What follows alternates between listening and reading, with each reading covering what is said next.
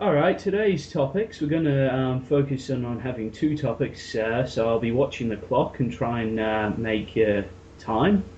The first topic is going to be about the pair bonding between males and females of our species and how the actual evidence, or at least the evidence with rational thought and logic involved, points to the fact that it was more of a reproductive strategy created by the female so that she could gain the best access to the best genetic material from males.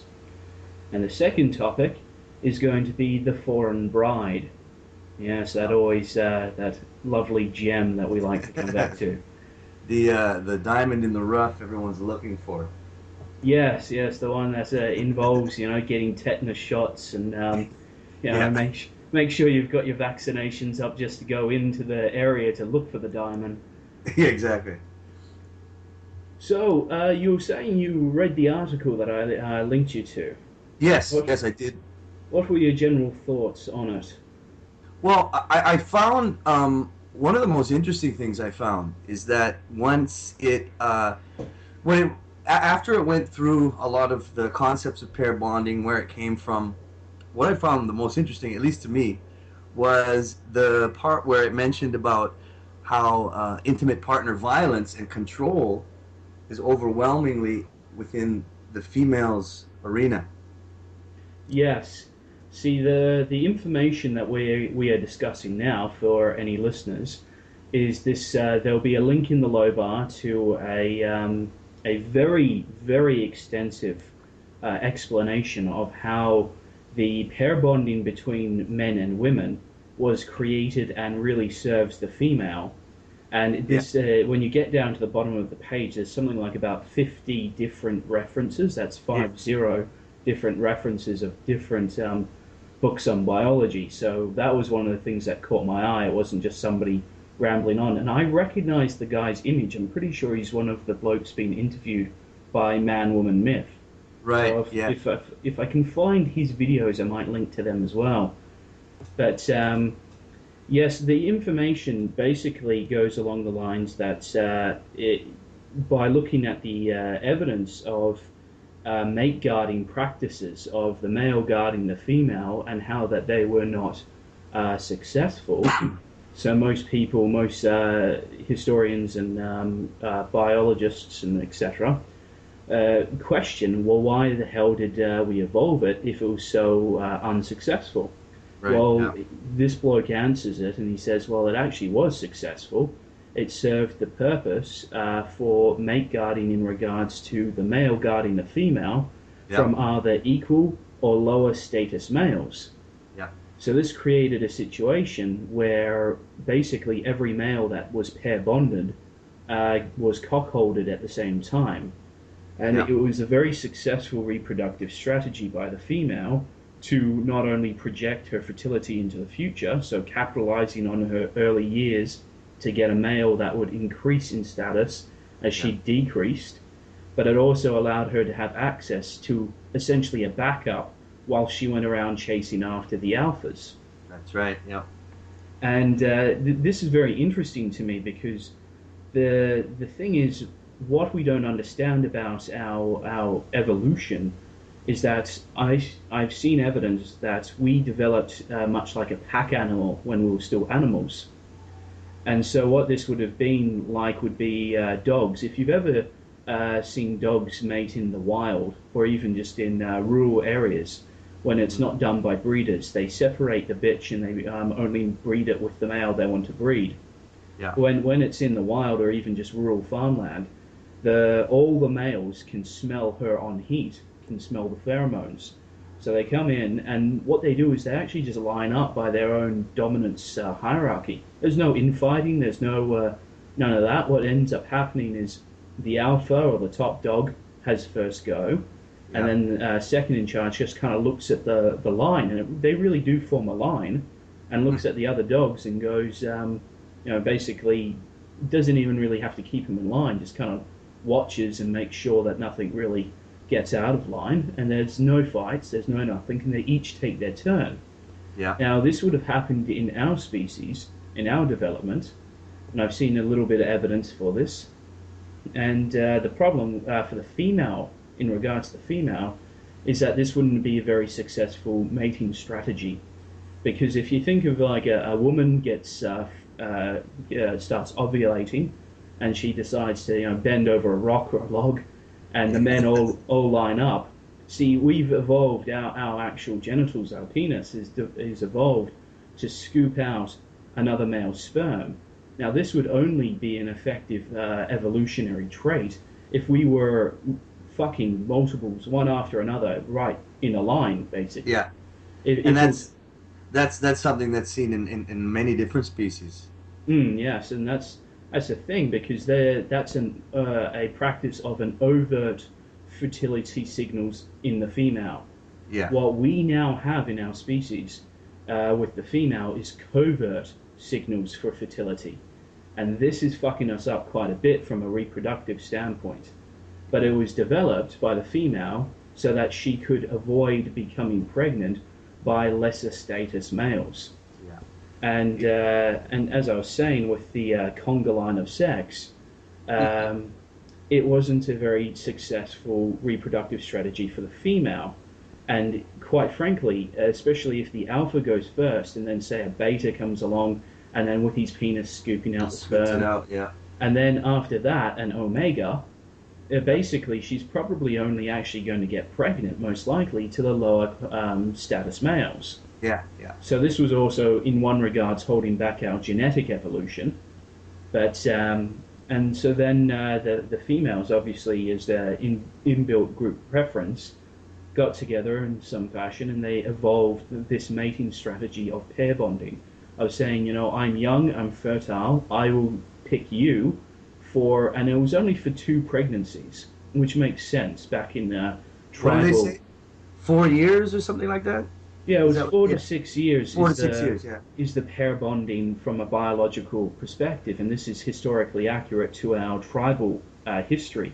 right. See, the pair bonding only started becoming lifelong when we became an agricultural society, Hmm. and this actually leads me to quite a few other theories as well. Is that the raising of children was much more of a group effort in the tribal setting, and Yeah, the males always had access to at least the children they thought that were theirs yeah, for as much as they wanted.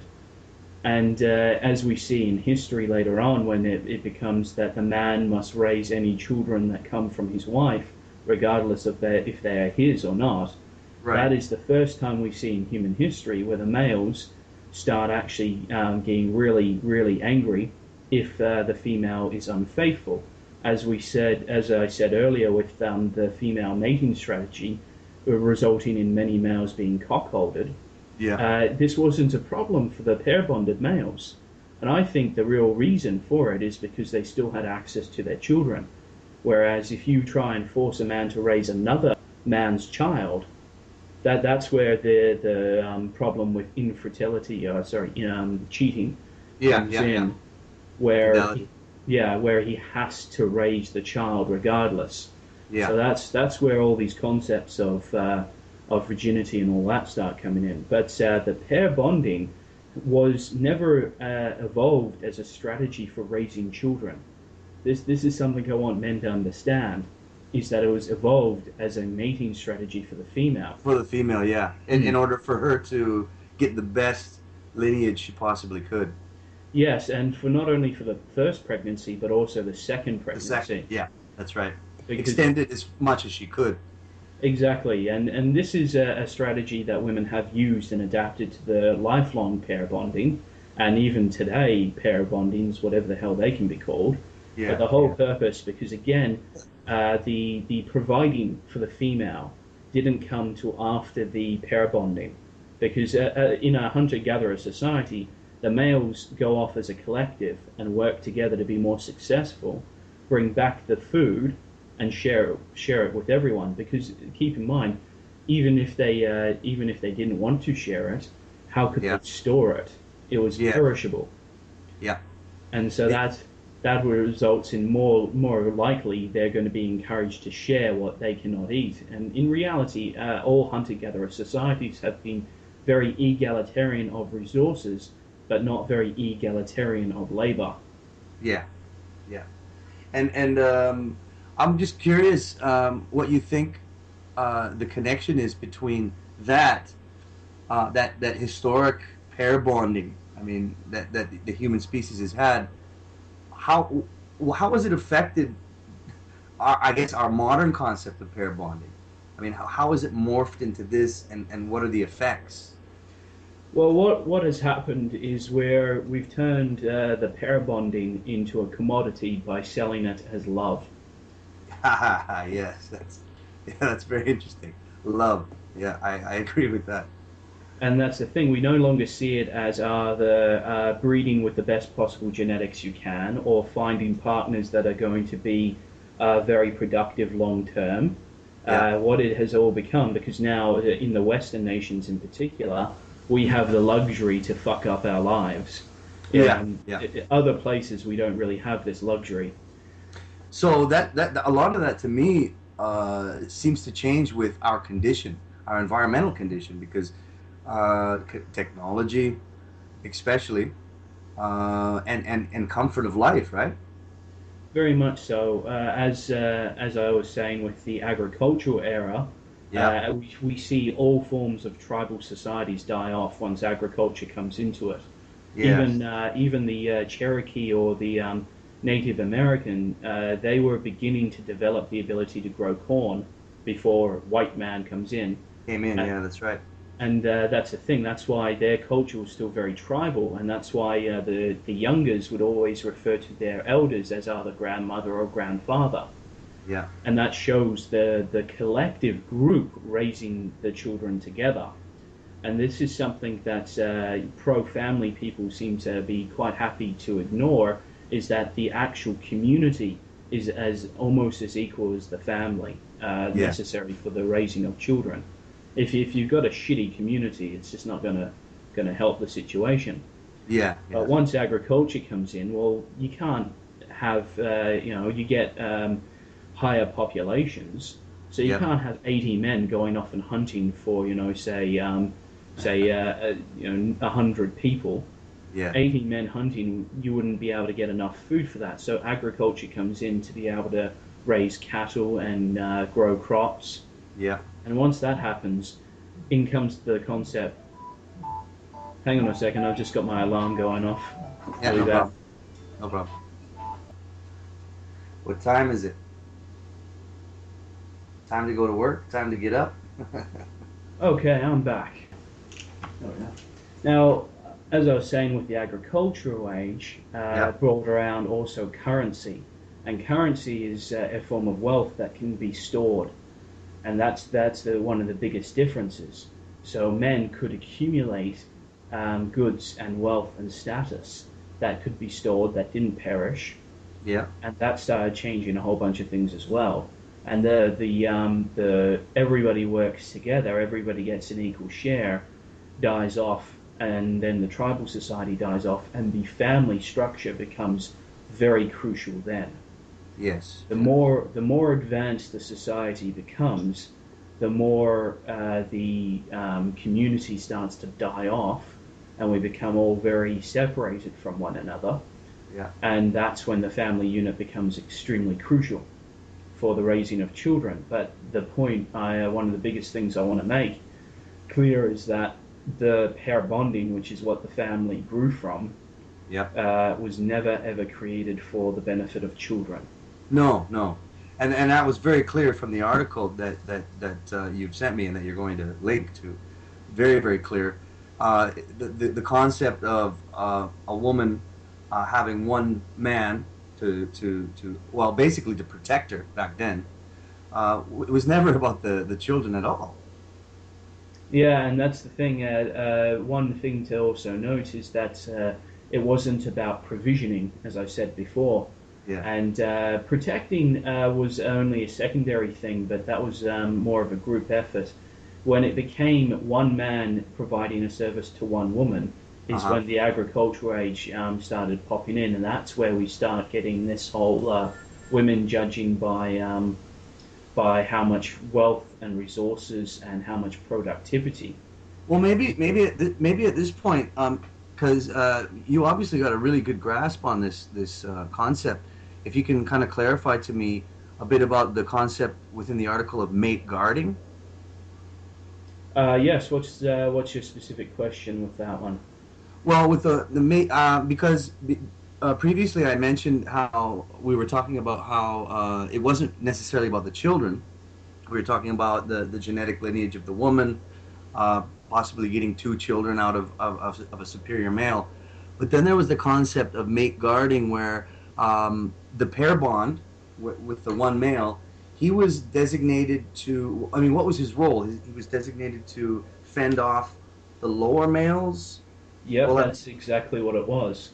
The strategy was twofold. There was the first factor of being able to pair bond with the male, so as the female decreased and the mhm. male she pair bonded with increased in status and so on, because I mean a teenage boy isn't hitting his peak, hasn't hit his peak, whereas a Right. 16-year-old female has Yeah. hit her peak and she's Yeah. starting her peak. So if she wants to capitalize on that, one great way is to invest in, say, a 16 or 17-year-old male, and that after the first pregnancy, which may not be his, when it comes to the second pregnancy, she has a higher status male than what she would be able to get with her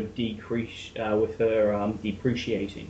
Yeah. Yeah. Yeah. The second part of the strategy was that it allowed her to be able to be um, loosen up her time basically so she could chase superior males to the pair bonded male because the Right. pair bonded male, the cockhold, went off and he would prevent equal or lesser status males. And as the article makes an argument that I didn't fully read entirely, was that it wasn't about keeping lesser quality males from raping her. It was more from them keeping them from just pursuing her and killing up her time for offering herself to the Right. alphas. And keep in mind again, this is around the stage where the female fertility signals have become covert. Right. So So yeah, we've got basically when it comes to the male mate guarding, what you have is a male taking the position of culling off the inferior males and giving the female uh, how would you say it? I guess culling, but basically giving her the advantage of seeking what was higher than the one who sort of stood in front of the inferiors. yes, exactly. It just gave her more time to be Time. able to offer herself to the higher status.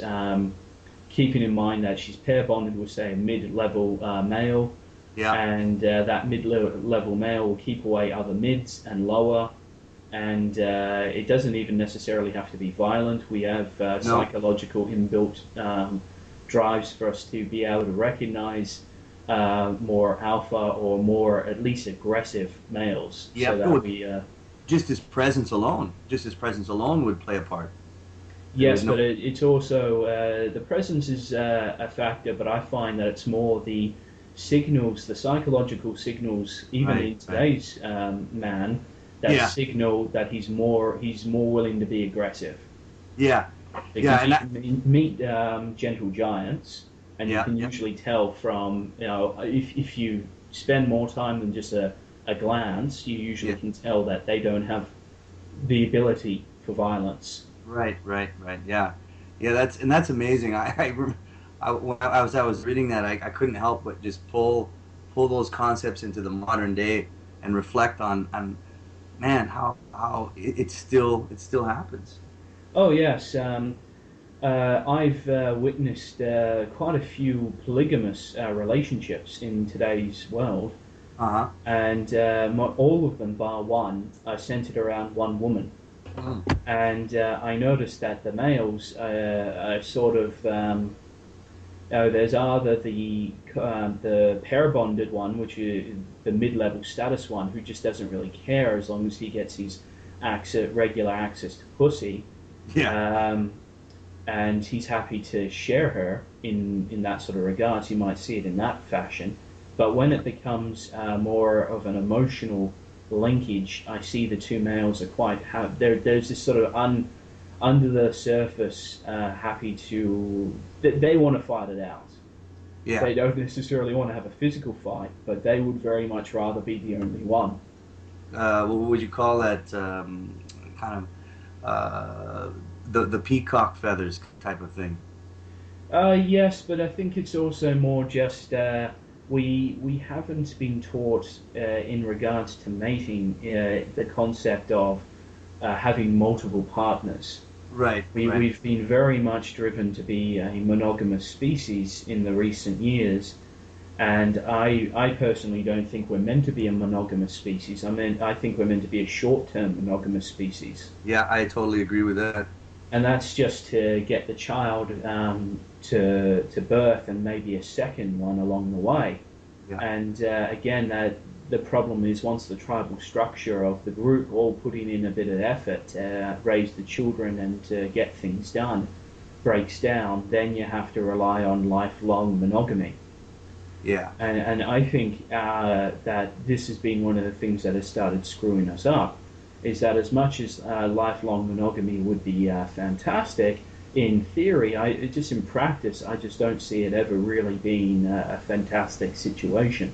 Well, it hasn't been so far. I mean, No, it's been a practice out of necessity. yeah, One thing we note is when the agricultural age comes in, pregnancies start at an earlier age, and they have far more pregnancies than just two. See, right. from a female perspective, starting at age 16, very wise, and getting two children means you've got a spare in case one dies. Yeah. Your Yeah. genetic material will go on. The third starts to become a bit of a risk, too much risk for what gain. Whereas once you start the marriage situation, you get, and a lot of people really forget this, is the political and economical factors that get put onto the monogamous pair bonding Yeah. of the agricultural age. The reason why 13-year-old girls, you'll hear the feminists go, oh, the poor 13-year-old girls, they were just cast out to this. Well, the reality was the father had to pay for the 13-year-old girl, and she's Yeah. not a productive resource. She's a drain. Yes. Yes. And so he wants to basically trade her off to somebody else as quickly as possible. There's somebody else then picks her up, and he wants as many fertility years as possible. So Yeah. 13, she's already hit puberty, and she's able to get pregnant. Yeah. She may not be in the best state for it, but that's far more of a better reproductive strategy of having getting a 13-year-old pregnant than say a 26-year-old pregnant. Yeah. Yeah. Particularly in the ancient world, or it would be the ancient world with agriculture. And that was one of the major driving forces as to why 13-year-old girls were having babies at that stage. Yeah. And that's the other thing, is that the whole family unit, I love these people who keep going on, oh, it's so brilliant, it's such a brilliant structure. It's a structure of mutual parasites, all working, the idea is that the husband gets leached off of by the female in return for children, mainly males, so that he can become more financially productive Yes. by Yes. putting them to work as early as possible. And the sons are also very important from the perspective that when you get too old to work the land, keeping in mind everything's physical labor, you want somebody to look after you when you're old and looking to retire. So first the children are supposed to parasite off the parents, and then the parents parasite back off of the children in Yeah. return for this theoretical the inheritance. And you can witness that in real time even today if you go to the right places. Oh, it's still just all over the world. It's not a matter Yeah. of the right places. I mean, I'm one of the sad losers still living with these parents, Uh-huh. and the reason for that is really I've got a dog the size of a small horse, and trying to get rentals was just impossible. Yeah, yeah, Anytime I'd go in there and I'd be like, okay, this place is pretty shit, but I want my own place. And somebody would come in and with like a fucking goldfish or something, and mm. or one of those small little handbag dogs, and I'm Yeah, fucked. I'm just yeah, there going, oh, okay, they can actually put them in a handbag. Just yeah. Well, and when I mentioned about the right place, there are parts of the world, and I'm sort of living in one of those parts of the world, but and the influence of other parts of the world which also share the same concept is that we have and again it comes down to agriculture first, I believe, and then from there it comes into religion, and then eventually it transformed into industry, the industrial age. And for example, where I am now, um, it's a very Islamic country, and a lot of their sort of their heritage comes from obviously the Middle East, and at the same time, we see younger women being married off. We see people staying at home longer. The, a lot of these sort of agricultural, pre-industrial type of lifestyles, the shadow of that still exists in even some of the most modern societies. yes, this I was just watching the Man stream from Paul Elam about failure to launch with Dr. Warren Farrell and I forget what the other bloke is, but he has his channel called Men Are Good. Okay. And I was listening to it, and unfortunately, I was a bit disappointed. I still haven't gone through all of it. It's Yeah. basically just listing the problems, not listing any kind of solutions. Yeah. Yeah. And And the one of the points they make is that throughout all of human history, particularly before even just recent technological and industrial, was that there was no concept of failure to launch because you never really kind of launched. You always were with your family. yeah. It was just you'd be sent off to an uncle to learn a trade, or you would learn it directly from your father, Hmm. and you would inherit his workplace or his land and continue thusly.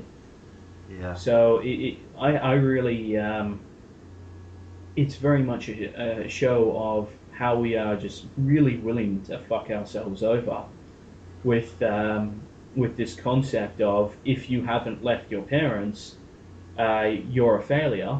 Yeah. Yeah. And the thing is, when our history is that we don't leave our parents, and I frankly think we would be far better off in some regards, depending, of course, on your parents and etc. Yeah. Of course. If we were to actually stay with our parents, or what I'd actually like to see is what we have here in Australia is called the granny flat, Uh huh. and basically this would be like a really small, basically a bedroom and kitchenette separate from the house, Right. Right. out in the backyard somewhere. And Yeah. it'd be for like, when your granny gets too old to live on her own, but she's still capable of looking after herself, you put her in a section all to herself, and she sort of has her own place Yes. while still being relatively close. Well, and where I am now, and I mean, I'm living, although I'm living in Indonesia, and it's such a diverse country. I am in Jakarta, and Jakarta is, it's a big dirty city. You've got basically industrialization. You've got the modern lifestyle, but even within that, it is actually commonplace to live with your parents until you are married, and whether that be 35, 40, 25, it doesn't matter. Yeah, see, that was the thing. It used to be set by when you got married. Yeah. Um, but this still all kind of ties into the fact that I personally believe that from the information I've seen, men aren't natural pair bonders. If you look at the alpha males, they don't pair bond ever. Yeah. No, they They never. just wait for a female to offer themselves, have their fun, and then go about whatever they're doing.